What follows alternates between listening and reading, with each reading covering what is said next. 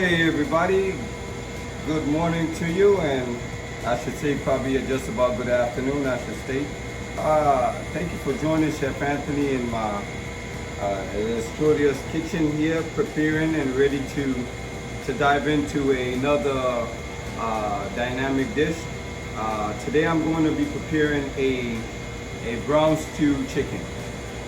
In certain places they will call it just stew chicken, but most places it calls it brown stew because we're going to prepare it in a certain type of way. Requirements to doing this: we are going to be utilizing some sugar. We're going to brown the sugar. We're going to do this old style because I think that's one of the dynamics of preparing the brown stew chicken. We had some chicken parts that we cut up and seasoned. I use a little hint of pepper, salt, some browning, complete seasoning, and basically that's your seasoning marination for your chicken. Meanwhile, I have the pot on in the back, and I'm going to add in at least 2 tablespoons of sugar.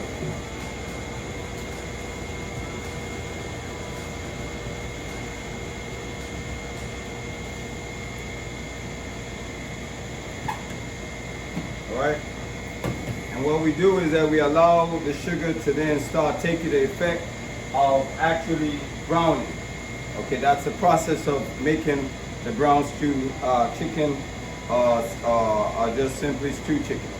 Alright, so we're going to go ahead and utilize that. Means we want to watch to make sure that it's not burning. Zoom it in so everybody can see. You're going to need to come on in so you can see.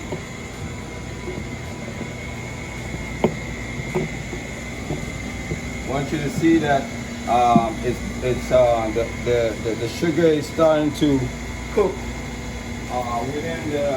within the oil, and it's gonna start smoking. So that's quite all right. That's a part of the process.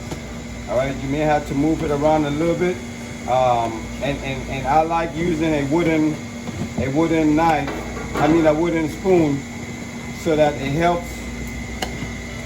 while I'm working to do this.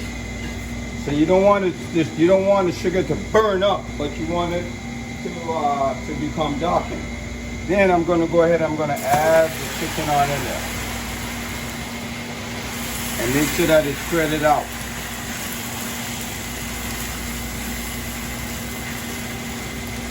So make sure you spread it out evenly, so that the sugar is going to crystallize itself into the chicken, and then you allow it to cook. We're going to stir it up in just a second.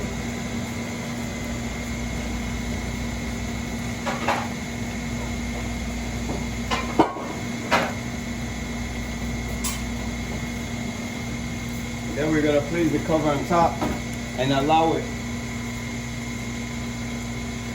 to cook. So once you place it in there, at least 2 minutes after, you want to stir that around. All right, just to ensure that the sugar itself is not burning or crystallizing only in one particular part of the pot. You want to make sure that every bit of the chicken is indulged with the browning of the sugar that's getting onto the parts of the chicken. And as you can see, it's glazing pretty nice. So we're gonna allow that to sit for a second, and to go ahead and cover that.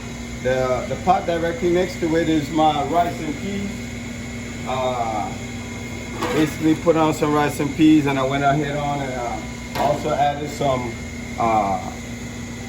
coconut milk inside of it, a little bit of complete seasoning, some thyme, and our rice is practically just about finished. It's just simmering right now, but it's right where it needs to be at. So we're just gonna allow that to continue to sit there and completely dry in. All right, so okay, now The additional things that we're going to add to that is going to be the garlic, the thyme, and the onion. And also fresh ginger. Fresh ginger is one of the most dynamic and one of the most useful herbs in which to put into the, when you're browning, you're doing this particular type of a dish, whether it's brown stew or if you're doing curry chicken, because it brings out a very unique taste. You can taste that ginger in it that makes it quite extra. For me, it's a win. We want to kind of knock out as much as we can, and we're going to then add that to our onion, garlic, thyme mixture.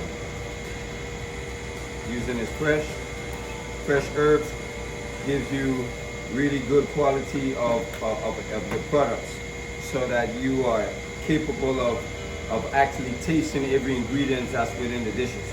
All right, so now we're gonna go ahead and we're gonna add this to the pot. We're gonna stir it up, make sure that it gets all around in there.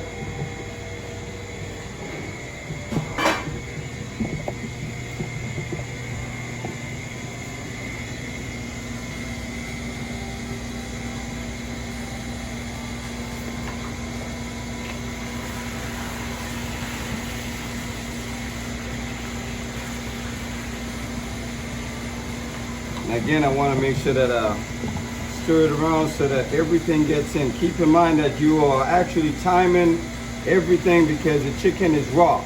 Chicken is going to take approximately a good 15, 20 minutes for it to be properly cooked,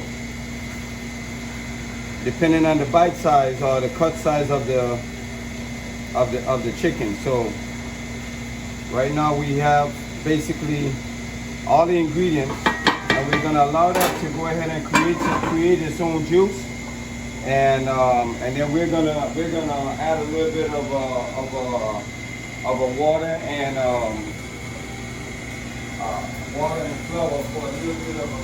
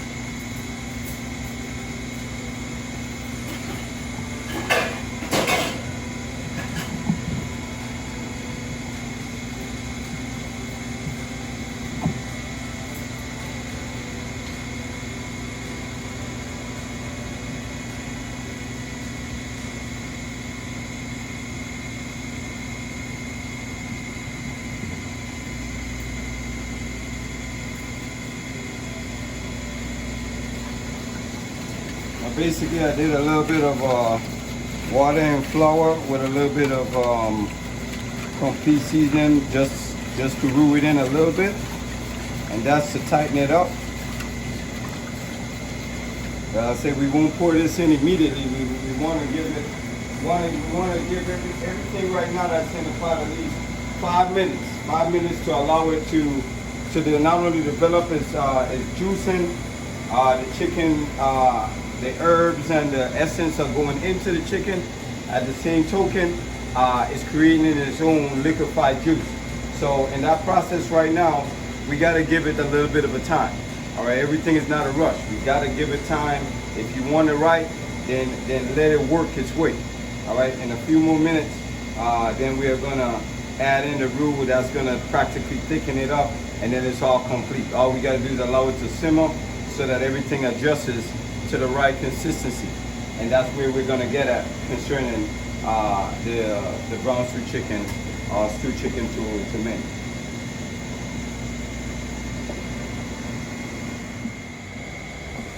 All right, everyone. So our brown stew chicken right now, it should be right at the finishing touch. So what we did was went ahead on and added a little bit of the water with the roux, and basically what we did was to give it a little bit more juice and allow it to simmer. For about 5 more minutes.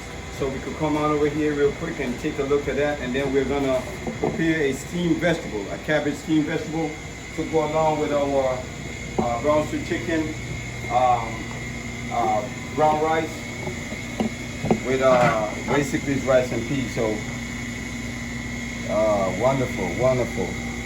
That's the dynamics of going step by step and having that consistency of the sauce, and everything just seems to mellow. You can see all the chicken is golden brown, and that juice that is coming out and the juice that's going in is what synchronizes or make that chicken taste really great. So we're gonna go ahead, and we're working right now on the steamed cabbage. As you can see, I went ahead and put a little bit of water on there, and I have my cabbage here.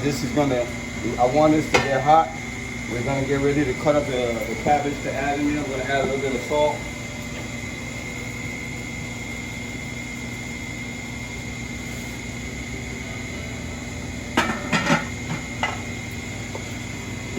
And at this point now, I'm gonna go ahead and start chopping away at the cabbage.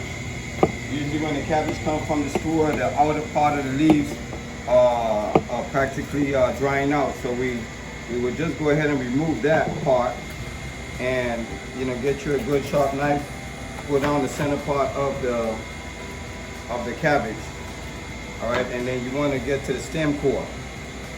All right, the stem core is where you want to get to. You want to take a knife and make an incision and follow along the line, just to make sure that you could actually take that little part out.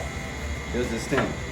It's hard, and it's no need in trying to add it to your dish. Then go ahead and make sure that you don't have any bad leaves. You don't really need the bad leaves, because it will appear in your dishes, and you want everything to look nice and fresh. All right, so you discard what you don't need, what little bit that you don't need, and then the rest of it is ready for the workout.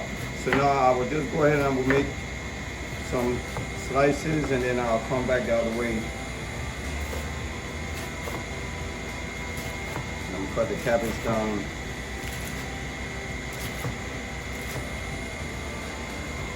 Go ahead and add it into a bowl.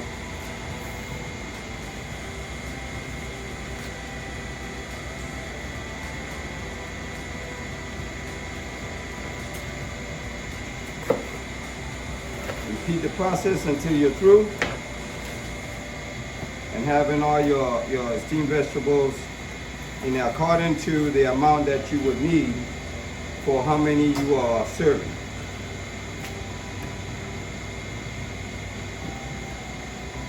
I believe we're preparing for at least 60 or 70, so we're gonna practically use it all up, because it's gonna, as it steams or as it's cooking, it's gonna come to shrink. It's gonna shrink.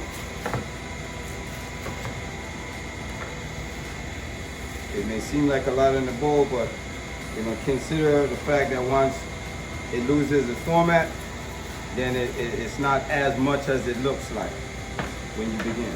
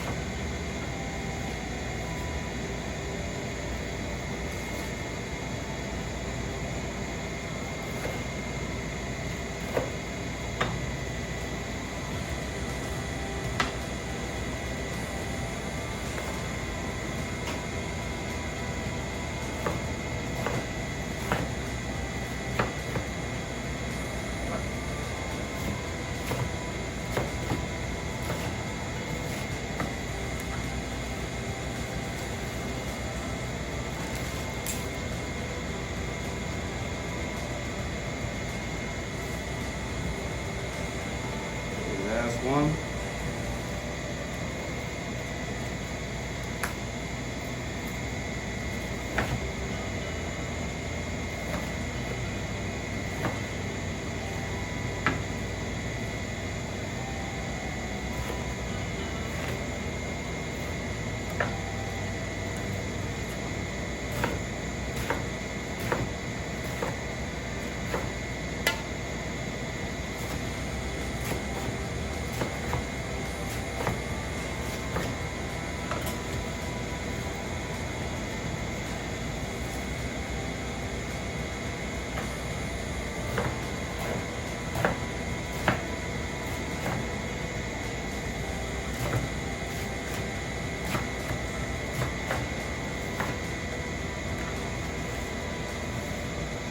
Alright, so now we're going to add this to the pot. We're going to allow this here to steam, and we're going to add in some carrots. Now you could use shredded carrots. You could use a larger size of carrots. But if you're going to use thinner sized carrots, the best thing to do is don't add it to it until it is about maybe 2 minutes away from finishing, because that would immediately disintegrate. You don't want it to overcook.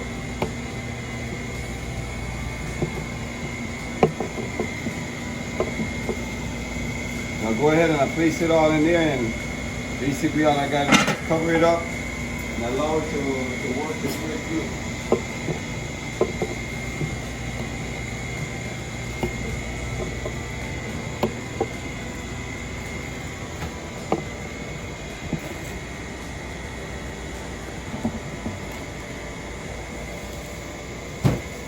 I also have some peppers.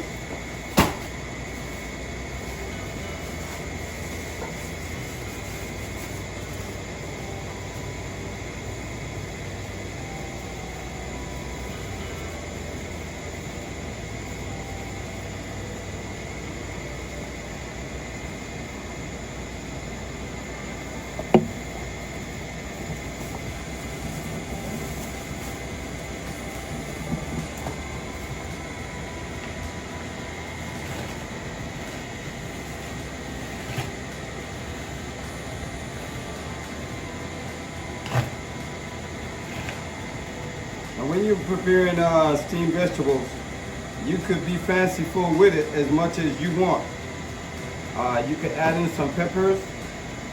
You can also add in some mixed vegetables from the canned mix, like the string beans, carrot, corn mixture. You could add that into it as a booster. Today all I want to utilize is a few peppers that I want to give it a little bit of a coloration. So I'm going to add in a few of this tricolor peppers that I have here. Usually when I get a lot of peppers in, what I do, I cut them up, I freeze them, and I use them at the appropriate time that I need it to add to my natural flavoring. Alright, probably ain't gonna need no more than that should be just about good enough to work out what we're gonna work out back here. So once the cabbage has started withering, and then we're gonna add in the peppers. We're gonna wait a few minutes. When we add in the peppers, then we're gonna add in the carrots. Along with that, we're gonna add in the butter and a little bit of some complete seasoning to get it going, so that we will see the beautification of the steamed cabbage, what it looks like in the ending process, the ending product of this particular dish that we're working on. So in just a few more minutes, let's allow it to have at least at least 4 to 5 minutes, and then we're going to check on that to then start adding in the peppers and the rest of the ingredients to complete our dish. All right, right now we're going to add in our peppers. into the steamed cabbage.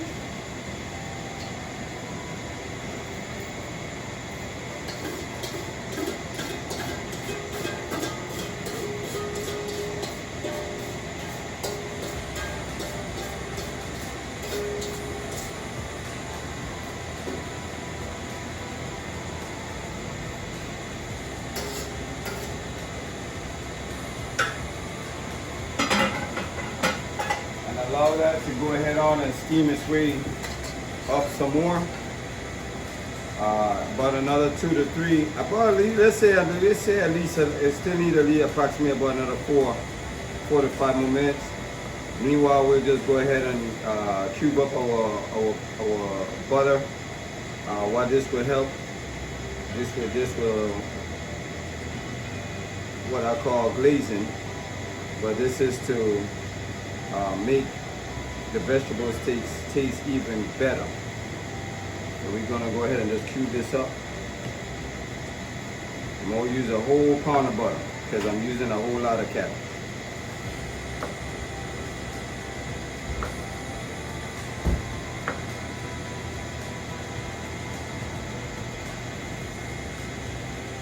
Alrighty, so we have that going.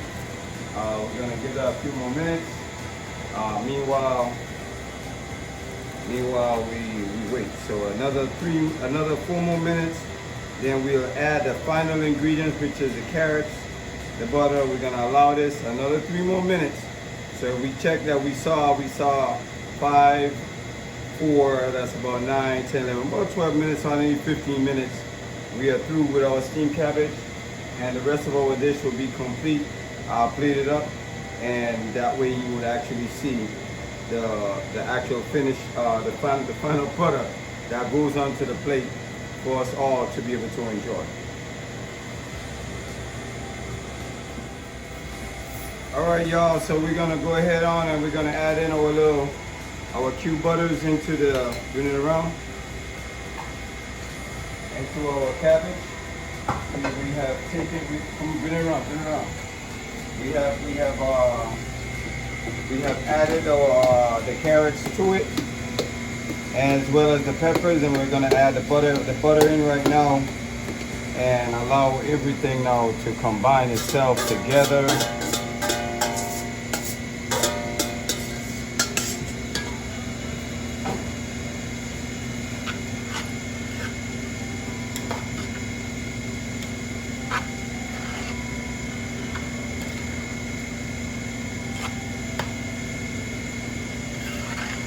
It's all mixed in. We'll make sure that the butter flavor gets all into and around all of the cabbage, carrots, and peppers. And voila, there we go. We don't have any water because we strained the water, so we don't have any excess water. But what we have is all vegetable, and you can always test. Okay, if you need to add a little bit of salt, garlic, or pepper, you could go ahead and do that. But it's right where I would like to have it at, and that's our process. So right now we're gonna go ahead and plate this item up.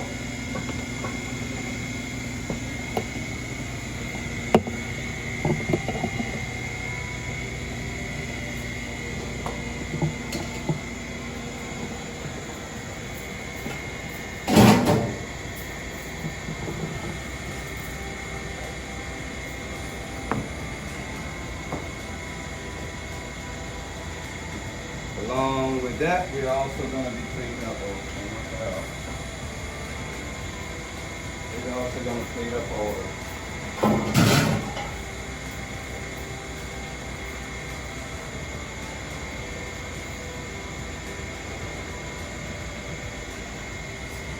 here.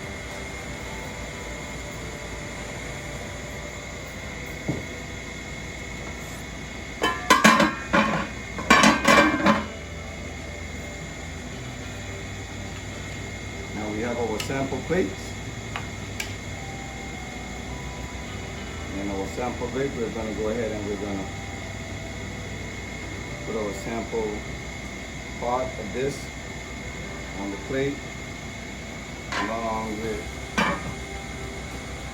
some of the steamed cabbage.